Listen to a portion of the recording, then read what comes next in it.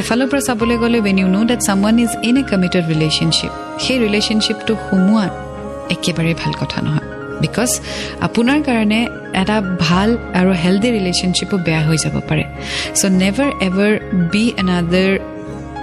or a third person in someone's relationship কাৰোবাক ভাল পোৱাটো বেয়া কথা নহয় কিন্তু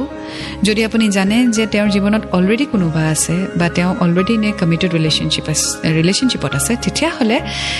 সেই ৰিলেশ্যনশ্বিপটোত সোমাবলৈ বা জনাবলৈ চেষ্টা নকৰিব ডেট আপুনিও তেওঁক ভাল পায় বা আপুনি তেওঁক বিচাৰিছে কাৰণ তেওঁৰ সুখতেই আপুনি সুখী ৰাইট চ' আপোনাৰ কাৰণে যাতে তেওঁ দুখ নাপায় সেইটো সদায় মন কৰিব